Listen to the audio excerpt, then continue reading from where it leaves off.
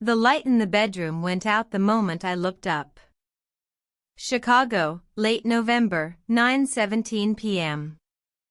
The wind was brutal, the kind that cuts straight through a coat and finds every gap in your clothing, seeping into your bones before you even realize how cold you are. I stood in the driveway with my grocery bags, fingers numb from the cold, the plastic handles cutting 2 red lines into my palms. I'd just gotten back from the store, tired after another long week at work, and all I wanted was to put the groceries away and collapse on the couch. But something made me look up at the second-floor bedroom window. The curtains weren't fully drawn, and a sliver of warm yellow light bled through the gap. Inside that light, there was a silhouette. A woman's profile, long hair falling over her shoulder, chin tilted slightly upward, as if she were smiling at someone. Then the light went out. I froze. The wind whipped my hair across my face, and I pushed it aside, staring at that dark window. My brain felt like it had been slammed into a wall. Thoughts came in rapid succession. I'm seeing things. Nathan came home early. He said he was meeting a client tonight. He told me not to wait up. Who is that woman? All 4 thoughts cycled through in about 3 seconds, but each one drove itself into my skull like a nail I couldn't pull out. I knew that silhouette. That particular tilt of the chin, the way the hair fell, the way the shoulders were set, I'd seen it somewhere before. But I couldn't place it. I stared at the window, rifling through my memory like flipping pages in a book, company holiday parties, dinners with friends, family gatherings, chance encounters at the grocery store. Nothing fit. But the familiarity was a splinter buried deep in my brain, and the more I tried to ignore it, the more it throbbed, a dull ache that wouldn't go away no matter how much I tried to rationalize it away. I didn't rush inside. I stood there staring at that window for what felt like 20 full seconds, maybe longer. The wind cut through my coat, freezing my spine, but I didn't move a single step. A light rain began to fall, misty and cold against my cheeks, blurring the lens of my phone screen. I glanced down at the time, 9:19. Then I set down the grocery bags, pulled out my phone, and opened my live stream. I didn't have many followers, maybe 100 or so, mostly friends from a mom's group I'd joined years ago, people who occasionally watched me post cooking videos. But in that moment, I wanted witnesses. I typed a title quickly, I think someone's broken into my house. I'm going to check it out. Comments started rolling in immediately. Be careful, Megan. Call the police. Don't go in. I ignored all of them. The key slid into the lock, and I turned it. The entryway was pitch black. The motion sensor light near the shoe rack didn't flicker on, the living room lights were off, and the whole house was as silent as a tomb, only the distant hum of the refrigerator compressor drifted in from the kitchen. I held up my phone to illuminate the floor, and that's when I saw them, a set of wet footprints on the hardwood. Small footprints. Much smaller than my feet. Nathan wore a size 11. These were definitely not his. The comments sped up. Footprints on the floor. Get out of there. Megan, call 911. Hold on, I whispered to the camera. Let me just take a look.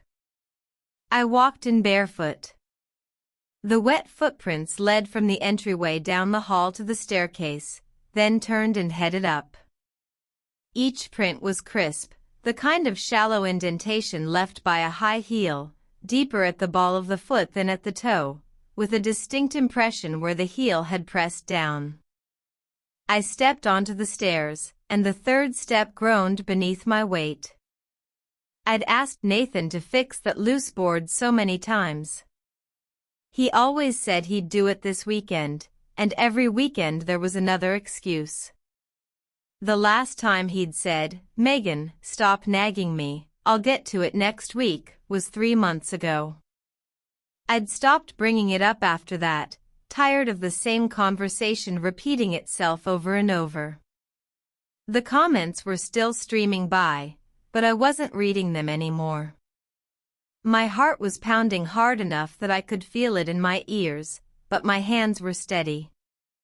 The second-floor hallway was empty, the master bedroom door slightly ajar, a sliver of darkness bleeding out from within. I pushed it open, sweeping the phone's light across the room, across the bed, across the dresser, across the window seat. On the window seat sat a glass of water, still steaming. Along its rim was a dark red lipstick stain. Beside the glass lay a ring. My wedding ring. Nathan had told me he was taking it to the jeweler for cleaning. That was nearly 2 months ago.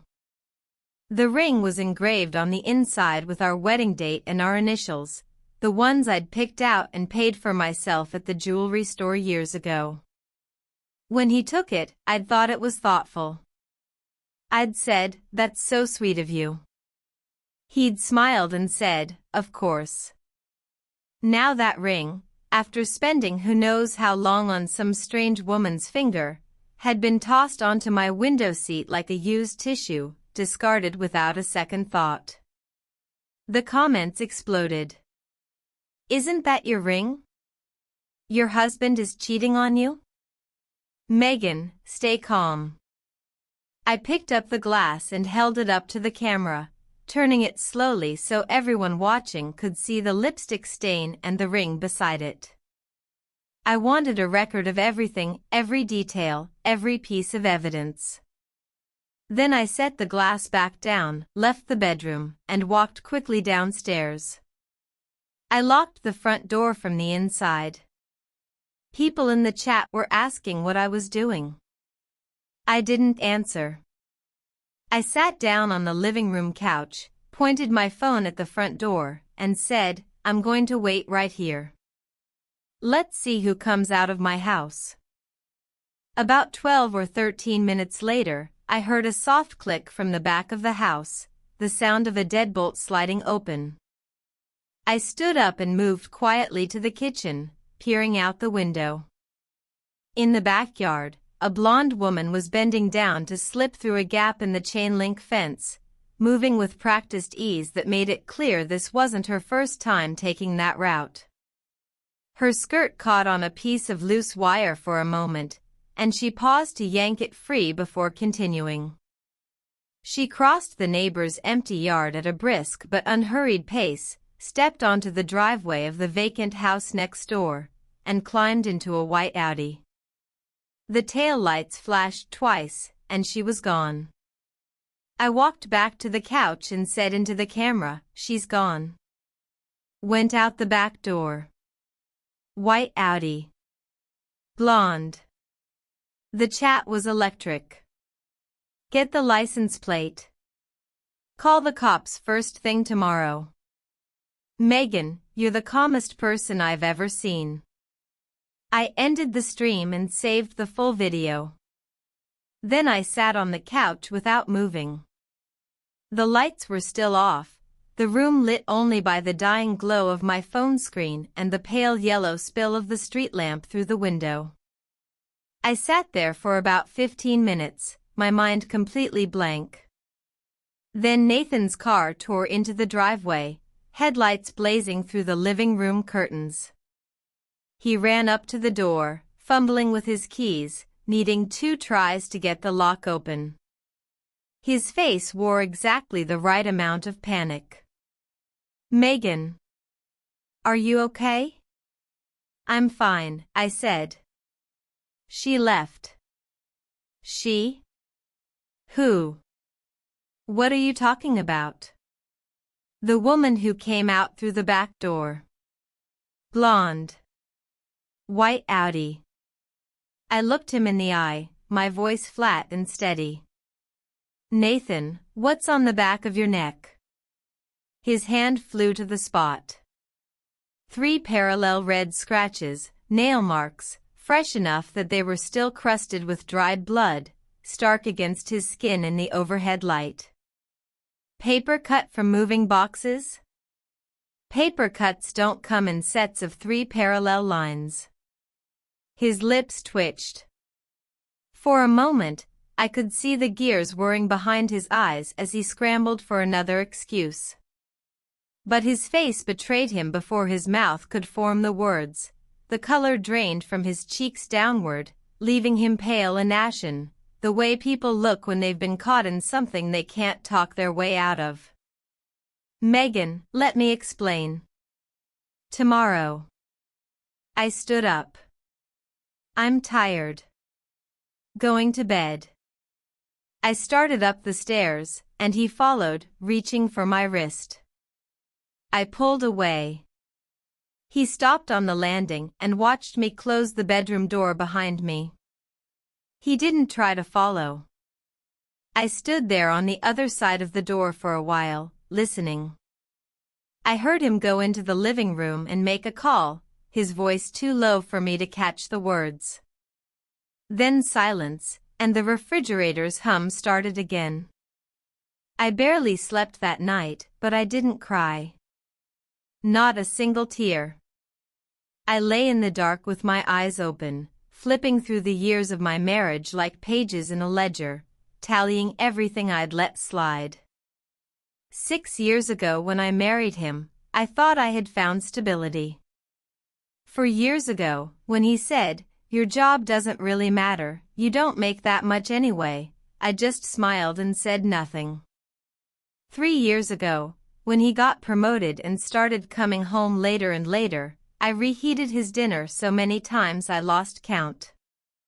2 years ago, when his mother told me, "A woman's place is in the home," I nodded and agreed.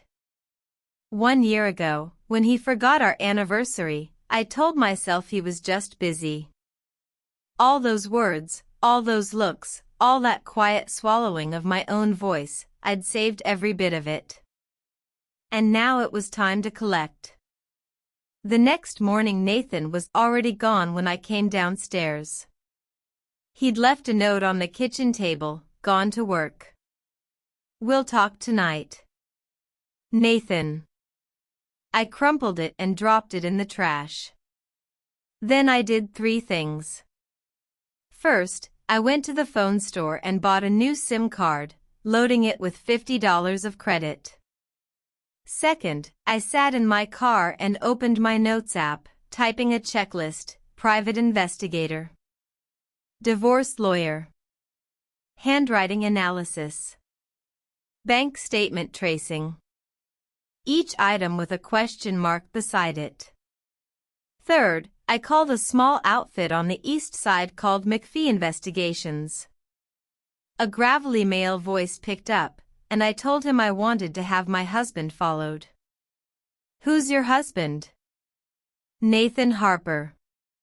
Senior manager at Carter Investment Group." A beat of silence. "Okay. $500 retainer, hourly billing after that. When do you want to start?" "Today."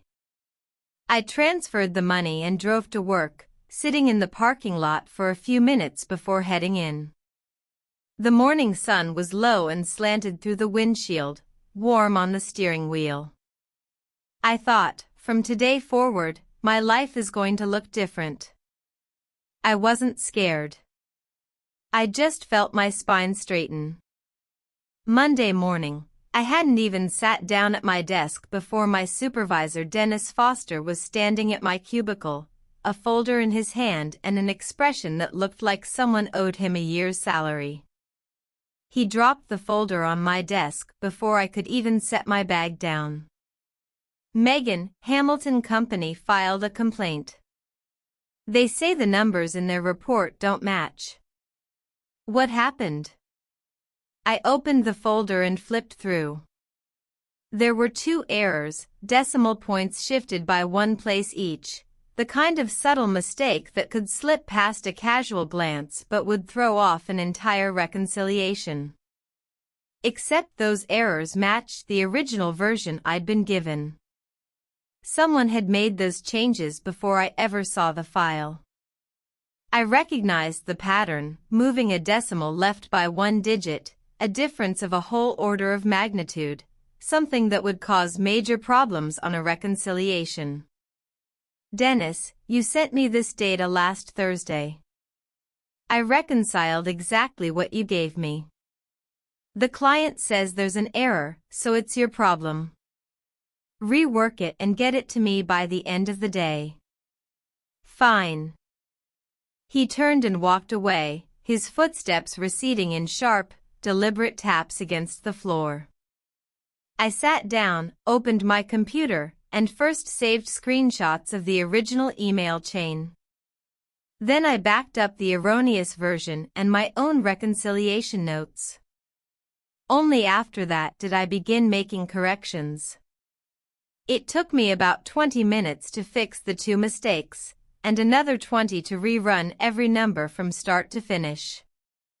By the end of the day, I sent the updated version back to Dennis with a note, "Corrected." In the future, I recommend running internal validation on all raw data before assigning it out. He didn't reply. But I saw that he'd marked it as read. During my lunch break, I walked over to HR and requested a copy of my personnel file. The clerk, a young woman in glasses, gave me a look but handed over the copies. 3 formal written warnings. The first from last September, data error resulting in client loss. The second from this March, failure to complete assigned tasks on schedule. The third from this June, poor work attitude, detrimental to team cohesion. All 3 were signed with the name Megan Harper. The signatures were too neat. Each stroke was perfectly formed, horizontal and vertical lines squared off like a schoolchild practicing penmanship. I never signed my name like that. My handwriting was all loops and shortcuts, often so messy I could barely read it myself. I folded the copies into my bag and went back to my desk. That afternoon, I photographed the 3 signatures from the warnings, then gathered 5 samples of my authentic signature from other documents, my onboarding contract, expense reports, project confirmations. I sent everything to an online handwriting analysis service with a rush fee. Sitting at my desk waiting for the results, I stared at the numbers on my screen while my fingers moved across the keyboard, but my mind was elsewhere, doing a different kind of math. Dennis had been at this company for years. How many other people had he squeezed? The old guy Edwin had said something to me on his last day, "Megan, you're next." I hadn't taken it seriously back then. But now I realized Edwin probably had the same pile of evidence, just not enough of it to fight back. I was different. I was an accountant. I kept records. On Wednesday morning, McPhee's first batch of photos arrived. A manila envelope containing 12 photographs and a handwritten observation log. The pictures showed Nathan's whereabouts on Tuesday night. He'd left work, driven 40 minutes to an apartment building on the west side of the city, and been met at the entrance by the same blonde woman from the white Audi. The photos captured her clearly: long hair, high cheekbones, dark red lipstick. McPhee had written a note on the back of one, Tasha Crawford, Client Relations Manager at Carter Investment Group. Apartment is registered in her name. The final photo was a close-up of Nathan leaving the apartment building at 1:23 a.m. His collar was unbuttoned at the throat, and there was a faint discoloration on his neck, the kind of mark left by suction. I looked through every photo, arranged them by date, and filed them away in a folder in my desk drawer. That same evening, Nathan came home surprisingly early. He walked in with a bouquet of pink roses, the cheap kind from the supermarket, $19.99 a bunch. He held them out to me, wearing a nervous smile that looked like he was trying hard to be charming. "Megan, I can explain what happened the other night." "Go ahead." I took the flowers and put them in a vase. He opened his mouth, apparently caught off guard by my willingness to listen. "Tasha, she's a colleague. We're just friends. She came over to pick up some paperwork." "She came through the back door to pick up paperwork?" She was worried you'd get the wrong idea." "She was wearing my wedding ring because she was worried I'd get the wrong idea?" Nathan's throat bobbed. He stared at me, trying to gauge how much I actually knew. But I'd already walked past him to the kitchen to get a glass of water. "Megan, I don't want to fight. I know I messed up. Give me one chance and I'll cut her off for good." "You can cut her off or not," I said. "You don't have to promise me anything." He stood there looking at me like he'd just swung a punch at thin air. Later that night, after his shower, he reached for me in bed. I rolled over to face the wall. He sighed heavily behind me, then switched off the light. In the darkness, his phone lit up. A WhatsApp notification. Sender, T. The preview read, "Is she buying it?" I closed my eyes and filed that image away in my memory. No. She wasn't buying it. But she was close. Thursday, the handwriting analysis came back. The conclusion was blunt: the 3 signatures are inconsistent with the sample signatures. They appear to be forged. I printed the report and added it to the folder with Dennis's email screenshots and 3 years' worth of project records. The folder was nearly 2 centimeters thick now. Enough. Friday afternoon I took a half day and went to see Pamela Drake. Her law office was on the 12th floor of a downtown high-rise, not large but with a floor-to-ceiling window facing the lake. She was in her mid-40s, with short salt-and-pepper hair and metal-framed glasses, and her handshake was firm. She poured coffee, then sat down and went through the materials I'd brought: the phone video, McPhee's photos, the close-ups of the back door lock, the handwriting analysis. She took her time, pausing over each piece for a long moment. When she finished, she set down her glasses and rubbed her nose. "Megan, you have more than enough here to start divorce proceedings. But let me tell you 3 things. First, Illinois is a no-fault state, so adultery alone won't work against him in the property division. Second, if he's transferred marital assets, you can reclaim them. Third, if you choose to send a formal letter to your husband's employer, his job will almost certainly be at risk." "He transferred $73,000, I said. "To that woman." "Tasha." Pamela raised an eyebrow. "How did you find that out?" I went through his phone. He has a trust account called 6th Avenue Real Estate Trust, and the actual beneficiary is Tasha Crawford. 4 transfers over 8 months, totaling $73,000. He also guaranteed her apartment lease. I have a copy of the contract. Pamela looked at me over her coffee cup, a small smile tugging at the corner of her mouth. "Megan, you're a lot more prepared than you let on." "I've been preparing for 6 years, I said. She nodded. "Then let's make a plan. You have 2 options. A quick settlement where you take what you can and walk away, or a full process where you get every single dollar you're owed and he faces the full consequences. Which do you want?" The full process. Good.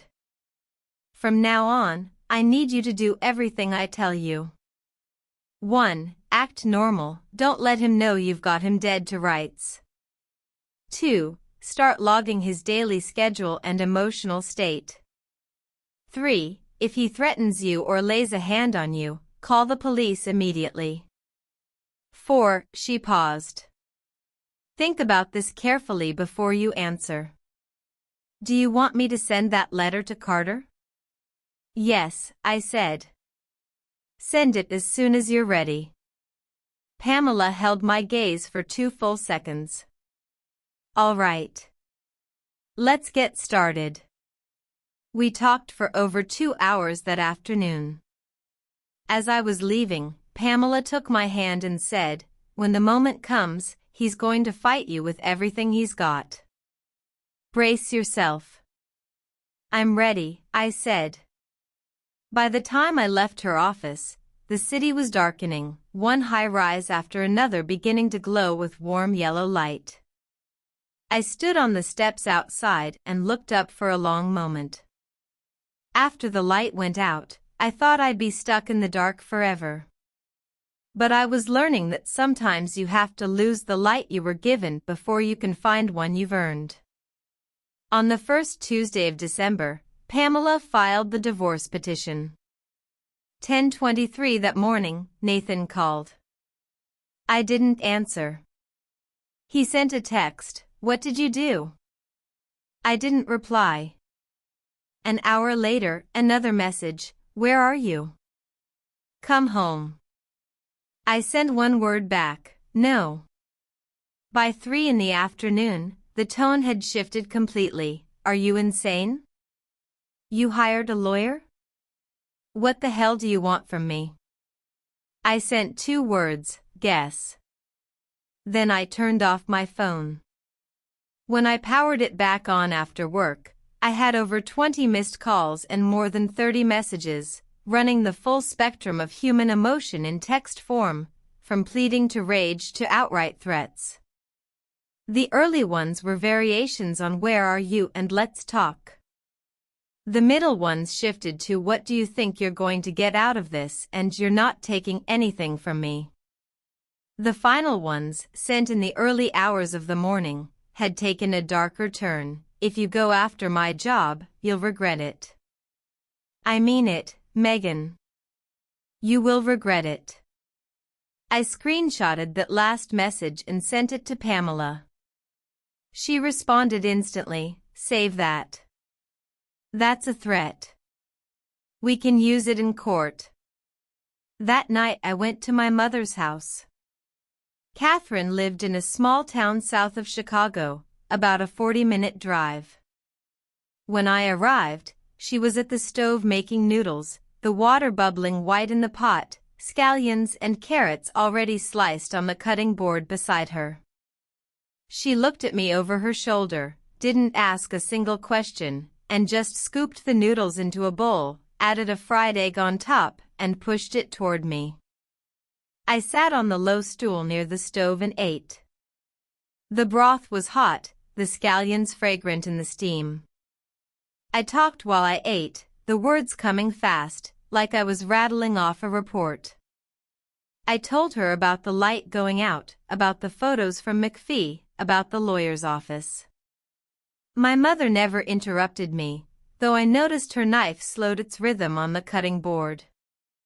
When I was done, she took my bowl to the sink and turned on the faucet. "You're ready for this?" she asked, her voice quiet but clear over the running water. "Yes." "What if he comes after you at work?" "I've got accounts to settle there too." "Even if he doesn't show up, I'm settling them." My mother turned off the water and faced me. The kitchen light softened the lines around her eyes, deepening the hollows that had grown deeper over the years. But her gaze was bright. "Megan, you're stronger than your father ever was. When he cheated on me, all I did was cry. You stopped crying eventually. That was later." She dried her hands on a towel. The first couple of days, I cried plenty. You haven't cried once. That's not nothing.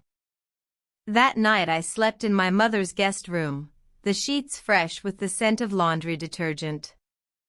I woke once in the dark, hearing my mother turn over in the next room. I didn't know what she was thinking about. But the next morning, breakfast was already on the table, tea, toast and eggs, and beside my plate lay a set of keys. Spare set, my mother said. Come back whenever you need to. I took them. They're still on my key ring, clinking against the rest of my keys. Friday came, and with it the department's quarterly meeting. Dennis was at the whiteboard, running through the preliminary results of the annual performance reviews. He called out a few names with excellent and good ratings, then paused when he reached my name. Rating does not meet expectations. The room went quiet for a second. Kelly turned to look at me, her eyes wide. I stayed in my chair, feet planted solidly on the floor. The rating is based on a bottom-tier performance ranking within the department, with multiple client complaints and missed deadlines. Dennis, I said, standing up. May I say something? He frowned. We're in the middle of a meeting. Just a minute. He gave me a look that said, don't do what I think you're about to do. But there were 15 other people in the room, and he couldn't very well shut me down without looking like he had something to hide. He nodded. I pulled out my phone, connected it to the conference room projector, and opened a folder. The room washed in blue-white light. This is a list of all the projects I've handled over the last 3 years, I said, pointing to the first slide. 37 total. Beside each one is the name of the person who actually did the work. 28 were done entirely by me. 6 were co-led with others. My name appears as the lead on only 3. I flipped to the second slide. These are screenshots of raw data emails sent to me by Dennis Foster. The parts that were altered before they reached me are highlighted in yellow. Every single one of those alterations led directly to a client complaint. You can see the complaint emails in the same folder. Third slide. This is a handwriting analysis report on 3 written warnings in my personnel file.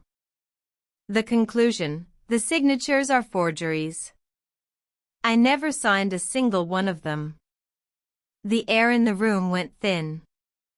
The sound of the HVAC system seemed deafening.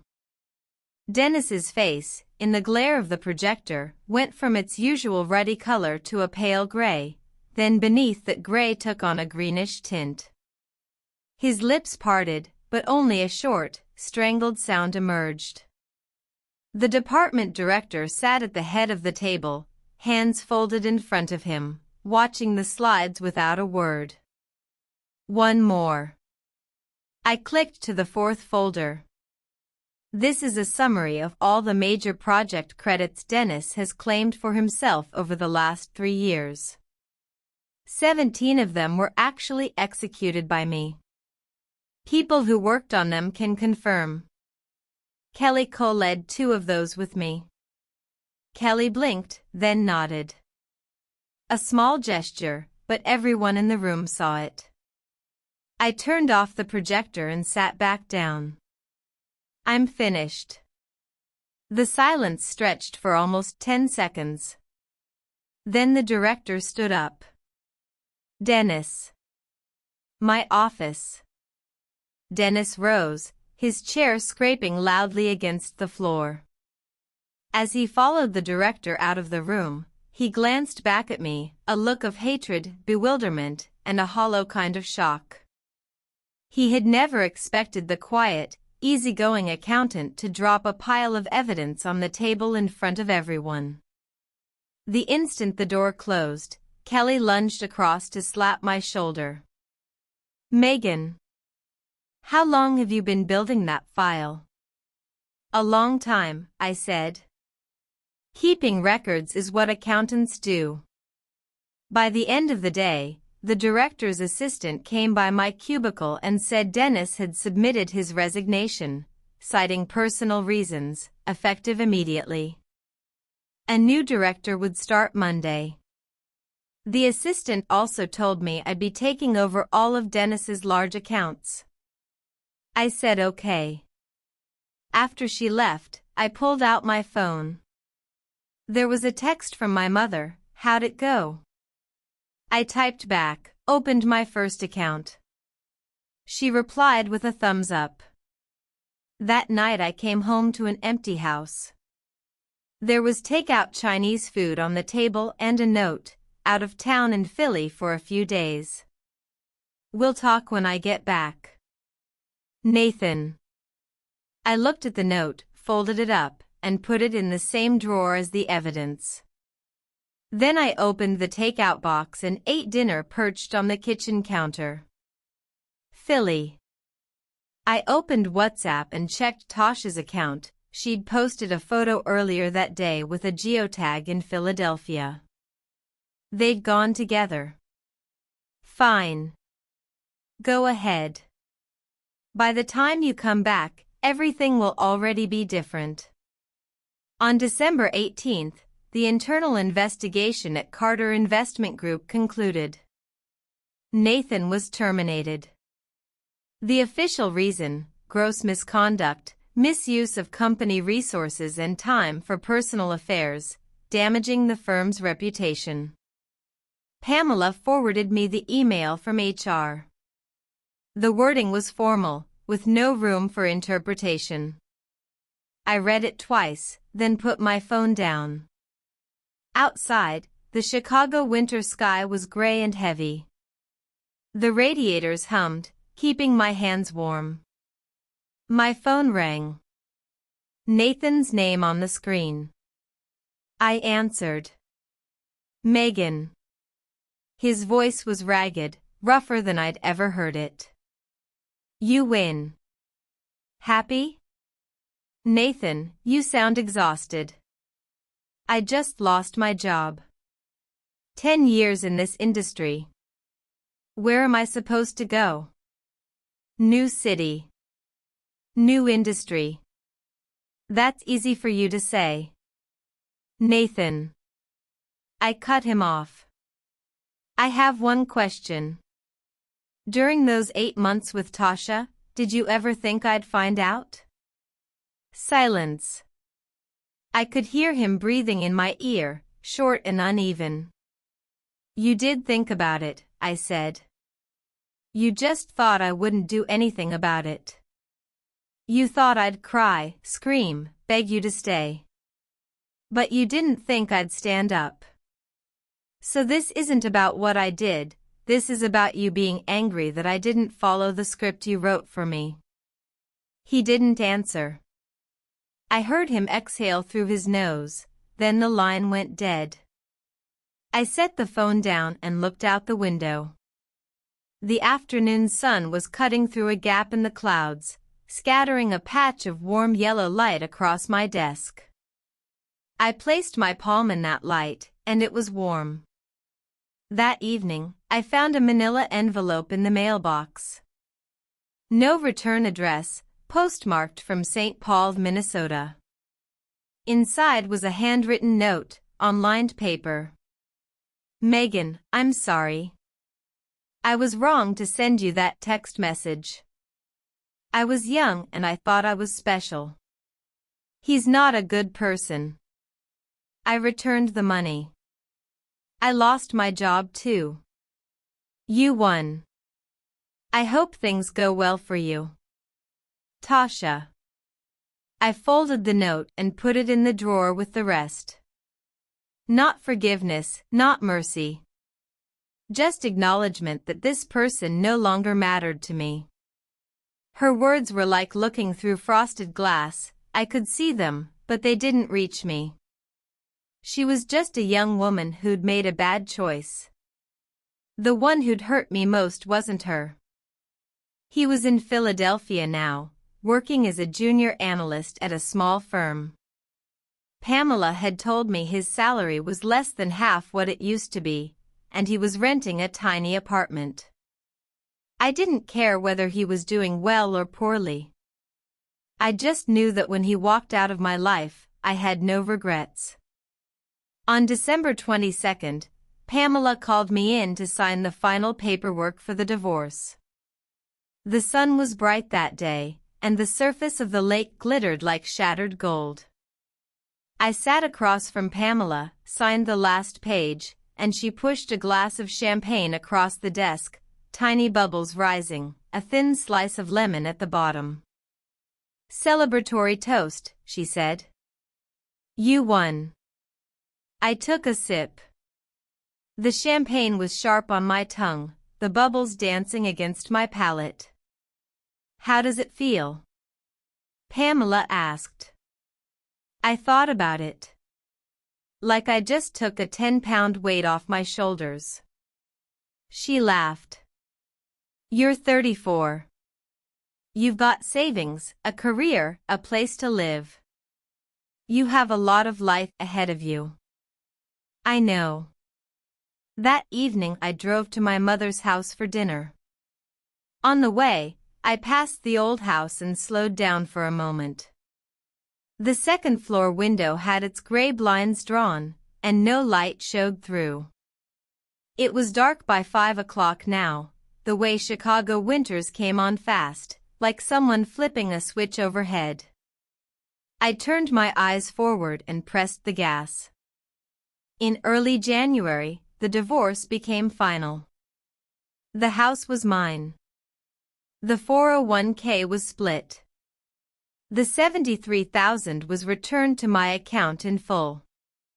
The settlement payments would come in 3 installments, the first $40,000 arriving 2 days after the verdict was entered.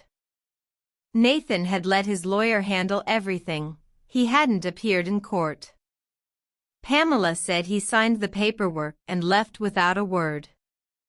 I took a screenshot of the deposit notification and saved it in my folder, then put the phone away. That afternoon I went to work. The new director stopped me in the hallway. "Megan, how's the Hamilton Quarterly shaping up?" "Finished. I'll send it out this afternoon." "Good. And just so you know, your name is on the shortlist for next month's Employee Excellence Award." "Thank you." I went back to my desk, opened my computer, and looked at the folder labeled Old Archive.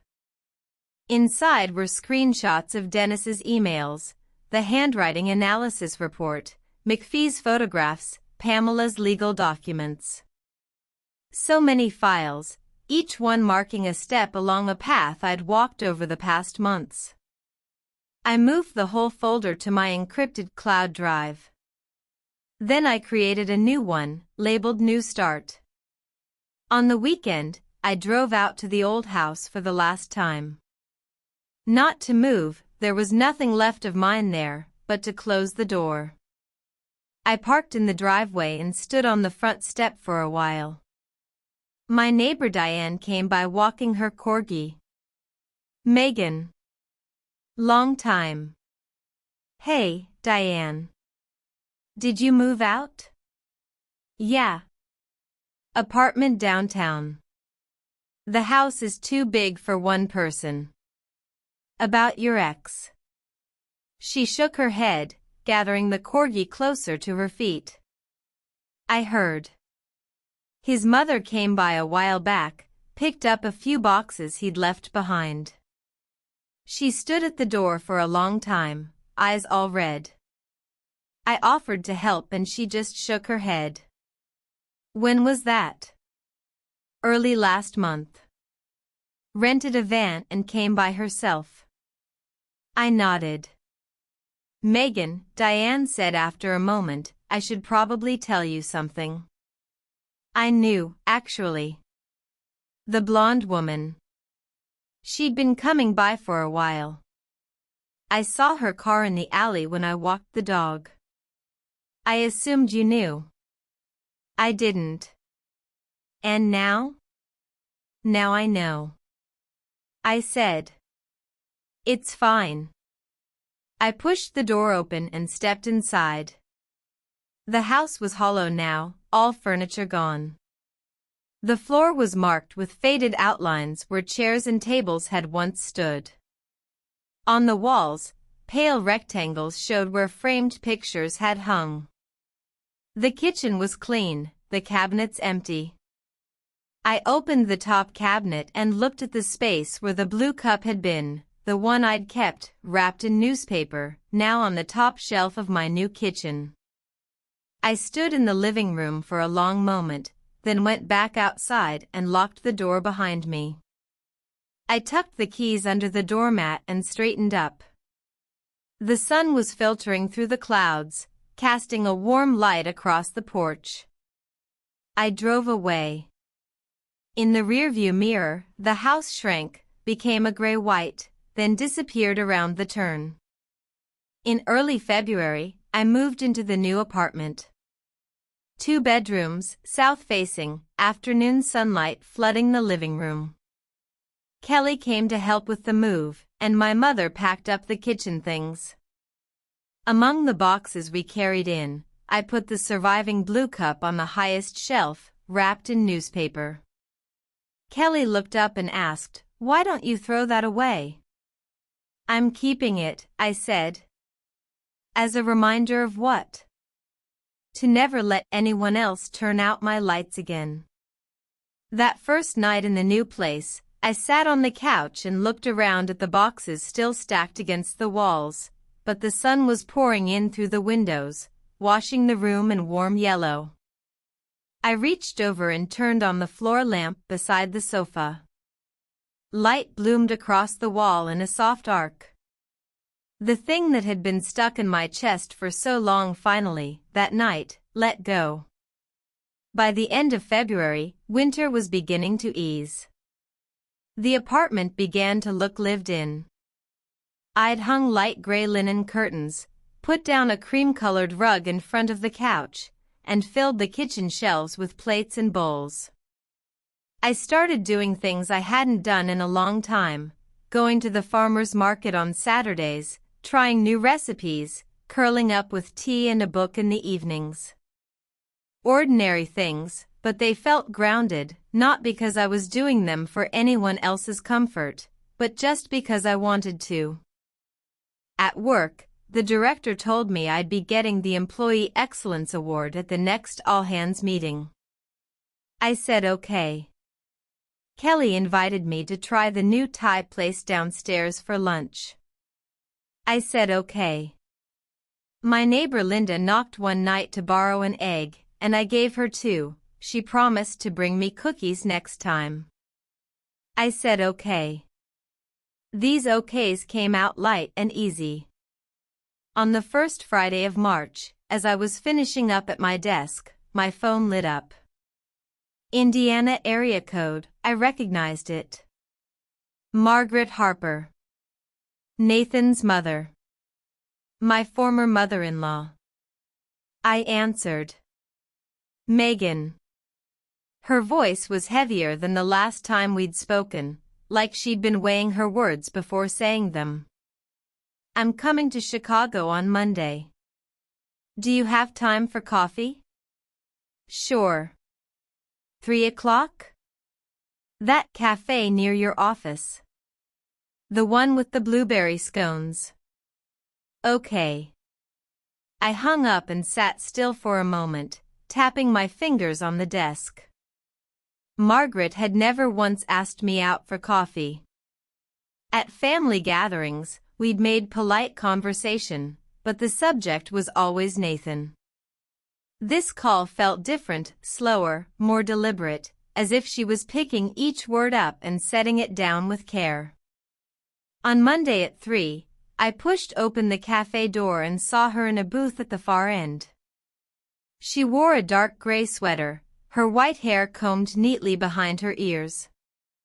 A cup of black tea sat before her, gone cold, its rim unmarked by lipstick.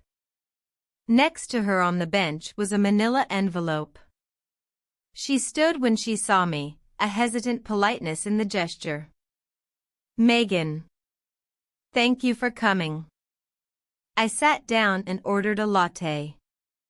Margaret looked at the table for a long moment, her fingers moving along the edge of the envelope, before pushing it across to me. Open it. I did. Inside were dozens of receipts, flight tickets, hotel confirmations, restaurant charge slips, 2 boarding passes from a trip to Miami. The dates ran from March to November of the previous year, locations spanning Chicago, Philadelphia, Miami, New York. Every reservation was made in Nathan Harper's name. Every companion field read Tasha Crawford. Page after page, my fingertips went cold. But my chest was warm. Margaret, I said, looking up at her, these. I found them in his things. Her voice was steady, but her knuckles were white against the tabletop. He left some boxes at my place when he moved to Philly. I was cleaning out the basement and found them. He probably didn't think they mattered anymore. But I thought you should see. Why are you giving them to me? Margaret met my eyes. In her gaze I saw guilt and regret, and the particular anger a mother feels toward a child who has failed them, all tangled together. Megan, I raised him for 30 years. He was always like this. His father taught him that if you mess up, you just apologize and move on. I told him 100 times, and he'd promise to do better, and then he'd do it again. The 6 years you were married, I saw him treat you like you were invisible. I didn't say anything out loud, but I knew. She paused, her voice dropping half an octave. I never thought he'd go this far. The cafe was playing an old jazz tune, brass instruments murmuring in the background. Margaret looked down at the table, her shoulders curving inward. I called him, she said. I asked him if he knew what he'd done. He just sat there on the phone. I asked if he could even say the words "I'm sorry." He said, "Mom, stay out of it." And I hung up. She took a breath, then pushed the envelope toward me again. Keep these. If you ever need them again, use them. I'm not on his side. I haven't been since the day you told me. I looked at the envelope, then back at her. Margaret's eyes were rimmed red, but she didn't cry. She pulled a tissue from her bag and pretended to blow her nose. Thank you, Margaret, I said. The word Mom didn't come this time, and maybe never would again. But the thank you was real, untainted by resentment. She stood to leave, pausing at the edge of the table. She reached out and patted my shoulder, just once, very lightly. Megan. You deserve better. My son, he was never good enough for you. Then she turned and walked away. The door swung open, and March's warm afternoon air rushed in. I sat in the booth watching her walk down the street, her figure growing smaller until she reached the corner. She paused there, wiping her eyes with the back of her hand, then turned the corner and disappeared. I put the envelope in my bag. My latte had gone cold, but I didn't mind. When I stood up, my legs were a little numb, but my spine was straight. As I stepped outside, the sun was still high, casting my shadow long across the pavement. I looked down at it, steady feet, a straight back, a posture that didn't bend. Even your own mother sides with me. There was no way I could lose this fight. Mid-March, the company all-hands meeting took place in the 5th floor conference room. I sat in the middle section, Kelly beside me. When the host read out the quarterly Employee Excellence Award, the first name was Megan Harper.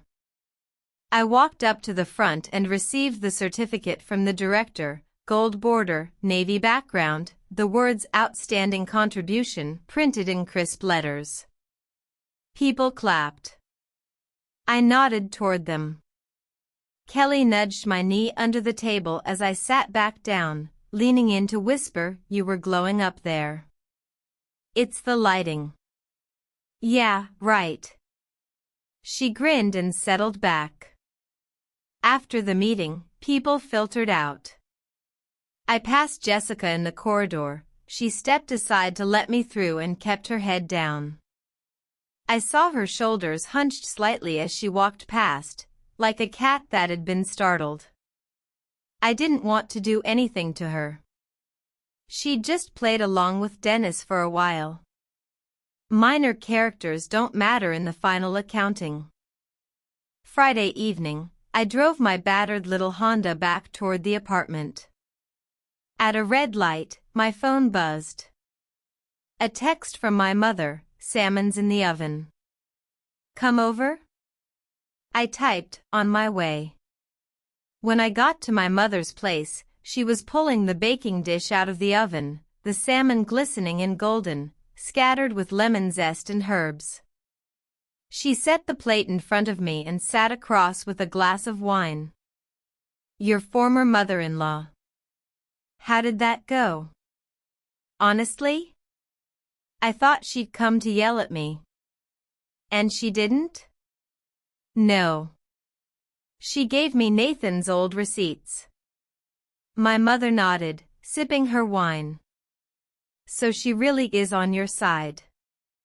"Yeah." The sky had gone dark beyond the kitchen window, but the light inside was warm and yellow. I looked down at the salmon on my plate, the mingled scents of lemon and herbs rising into the air. "Mom," I said, "how long has it been?" "Since that night?" 4 months. "More than 4. Almost 5. Does it feel long?" I shook my head. "No. It feels like a long dream." And when I woke up, winter was over. My mother reached across the table and patted my wrist. "You're awake now." I got back to the apartment a little after 10. I sat in the car for a moment after killing the engine, then glanced at my phone, March 19th. The first day of spring. I went inside, kicked off my shoes, hung up my coat. The floor lamp in the living room was on, casting its warm yellow glow through the whole space. I walked to the window and looked out. Across the street, the trees had started to put out the tiniest new buds, pale green specks in the streetlight. I went back to the couch and opened my phone, scrolling through contacts until I found a name I hadn't spoken to in years, Laura Bates, a high school friend I'd seen at a reunion 2 years ago. I typed her a message, "Laura, it's Megan. You left me a comment saying you wanted to be more like me. You don't need to be like me. Just be yourself. Reach out anytime." I put the phone down and looked up at the ceiling. The light was still the same warm yellow. But sitting under it now, I didn't feel like the light belonged to someone else. I reached up and touched my ring finger. It was bare. But not empty anymore. Something new had grown in that space. Something called certainty. That night, I slept soundly. I didn't dream of the light going out or the blonde woman climbing the fence. I dreamed of a wide window, and outside it was spring, and sunlight poured in, warm and golden everywhere. I was standing by the window with a switch in my hand. I pressed it, and the light came on. I pressed again, and it went dark. Once more, and it blazed back. I stood in my own light, and I smiled. Late March, I ran into Tasha Crawford outside my office building. She was standing at the bottom of the front steps in a khaki trench coat, hair pulled back in a ponytail, no makeup. She looked nothing like the blonde woman who'd climbed over the fence that night. When she saw me coming out, she took a step forward. I stopped. I recognized her. I'd seen her face too many times in McPhee's photographs, in Philly restaurants, in apartment lobbies, in hotel lobbies, in every picture I'd stared at late at night until her features were burned into my memory. But standing here now, looking at her face, I felt nothing. No hate, no bitterness, no anger. "Megan, can I talk to you for a minute?" Her voice was softer than I'd expected, without the edge from those earlier texts. "Right here," I said. There weren't many people on the steps, but I wasn't going anywhere else with her. Tasha took a breath, then bent down and picked up a paper bag from beside her feet. Inside were a check and 2 magazines. I recognized the amount on the check, an extra $5,000 on top of the $73,000 she'd already returned. She opened one of the magazines to a page and showed me. Former Carter Investment Group executive Nathan Harper placed on industry disqualification list. Barred from investment-related work for 3 years. Beneath it, a smaller line about his license being revoked. She set the bag on the step and straightened. "The $5,000 is from me. I don't owe you anything else. Nathan's not in Philly anymore. He moved somewhere else, I won't tell you where, and it's not your problem anymore." She paused, looking down. "The message you sent me a while back, the one about how a man who lies to his wife will eventually lie to everyone, I didn't want to believe it back then. But he did the same thing to me. Toward the end, he called me by your name twice. You walked out of that house. I stayed in it for 2 more months before I crawled out." I watched her without speaking. "I'm not here to ask for forgiveness," Tasha said. "I'm here to say that I don't want that glass of water anymore. The one I put on your doorstep that night, I knew you were coming home. I said it there on purpose. I wanted you to see that I was inside, and I wanted to see if you'd come barging in. But you sat in your car and didn't move. You were steadier than I ever could have been. I kept thinking afterward, if I'd been you, I never could have done what you did. You're the toughest woman I've ever met. That's all." She turned and walked away, her khaki coat flapping once in the wind. She didn't look back. I stood on the steps looking down at the bag. The $5,000 check was real. The magazines were real. I bent down and picked it up, and I felt warmth behind my eyes, not tears, but the deep ache of something that had been frozen all winter finally beginning to thaw. That evening, I deposited the check and put the magazines in my desk drawer, next to Tasha's handwritten note. Not as a keepsake, but as an archive. An archive meant the whole story was there, complete, and I never had to open it again. On the first weekend of April, I met Margaret for lunch in downtown Chicago. I'd been the one to call her this time. She'd sounded surprised, then said, "Yes, I'll come." We met at the Italian place she'd always liked when she visited the city. She wore a cream trench coat, her hair neat, her color better than last time. I poured her a glass of water. "Margaret, I asked you here for one reason. I wanted to say this to your face, I kept the receipts. But what you gave me that day wasn't the receipts, it was you sitting across from me and saying what you said. Thank you for that."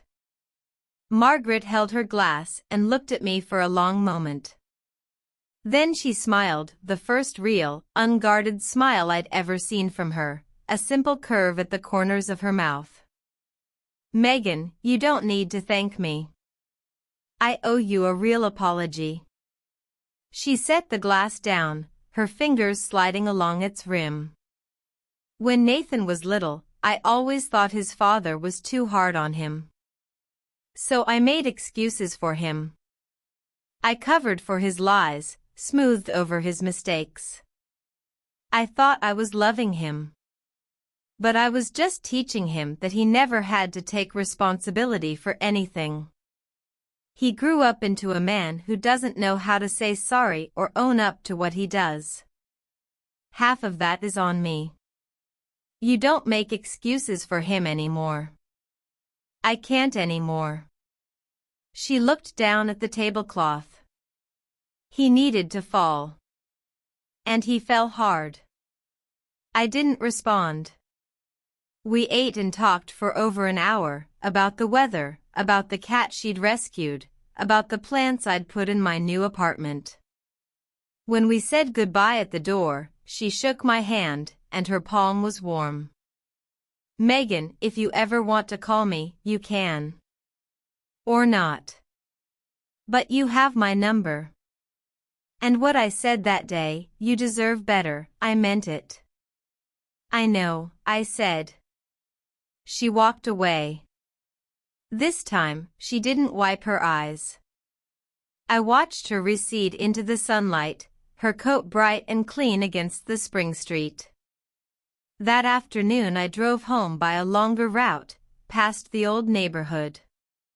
I didn't stop, just slowed down as I cruised the block. The house was still there, the second-floor windows still drawn with gray blinds. But I no longer felt like there was something hidden behind them. It was just a house, one I'd lived in for 6 years, with good memories and bad, all of them behind me. I pressed the gas and didn't look back. In late April, Kelly asked me over lunch, Megan, what are you doing these days? Work. Cooking. Sleeping. Visiting my mom sometimes. That's it? No, dating? Nothing else? I bit into my sandwich and laughed. It's only been 6 months. 6 months is a long time. Is it? I thought for a moment. No. It took me 6 years just to open my eyes. 6 months is fast. Kelly shrugged and changed the subject to her new cat. I listened, nodded in the right places, the spring sun falling across the table and pooling around my cup. I wasn't in a hurry to find anyone else. I was in a hurry to build the next decades of my life the way I wanted them. Whether someone showed up or not, I was doing fine on my own. Late April, the company held its next round of project assignments. The director said the large accounts Dennis had left behind were all stable, and we'd be expanding into 3 new verticals next quarter. He looked at me when he said it. Megan, pick one to lead. I thought for a moment. I'll take 2, I said, and the room went quiet. Kelly can lead the 3rd. I'll back her up. Kelly's knee bumped mine under the table. I didn't look at her, but I felt her sit up straighter. After the meeting, she followed me to the break room, holding her coffee cup, her face a little flushed. Why did you give that to me? You could have taken all 3. I pulled my tea bag out of the cup and dropped it in the trash. I'll take 2. The 3rd was always yours. Dennis just kept it from you. Now you can have it. She stood there for a second, nodded, and turned to walk away. Halfway out, she came back and pressed a folded napkin into my palm. My mom's cookies. Half for you. I opened the napkin. Inside were 2 crumbled oatmeal cookies, buttery and sweet. I took a bite. crisp.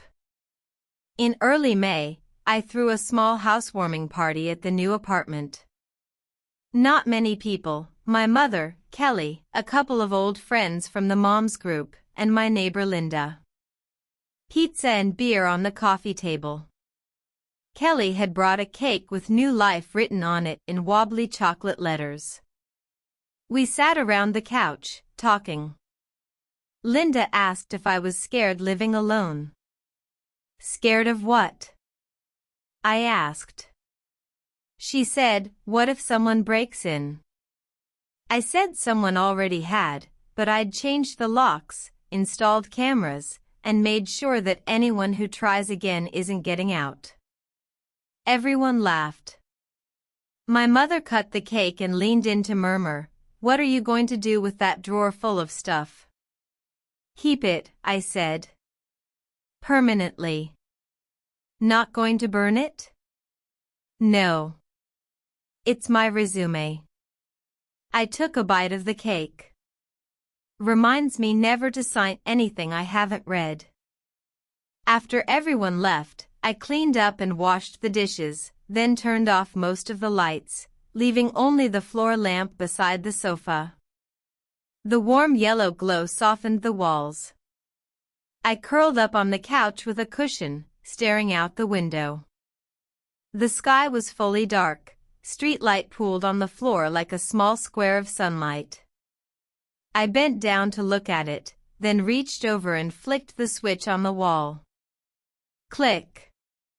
The light came on. Steady, warm, silent. I walked to the kitchen and poured myself a glass of water. The white cup was clean, no lipstick marks. The water was cold and clear on my throat.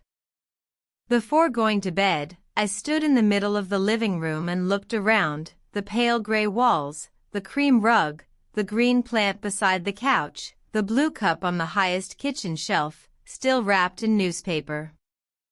Every piece was something I'd chosen. Every piece was where it belonged. After the light went out, I thought the sky would never get bright again. But I'd learned that people could be their own source of light. I turned off the living room lamp and went to bed. Lying there, I heard a car pass outside, its headlights sweeping across the ceiling for a moment before fading. I turned onto my side, pulled the blanket tight around my shoulders, and closed my eyes. Tomorrow was Monday. New reports, new projects, new things to follow. Life kept moving forward. With light.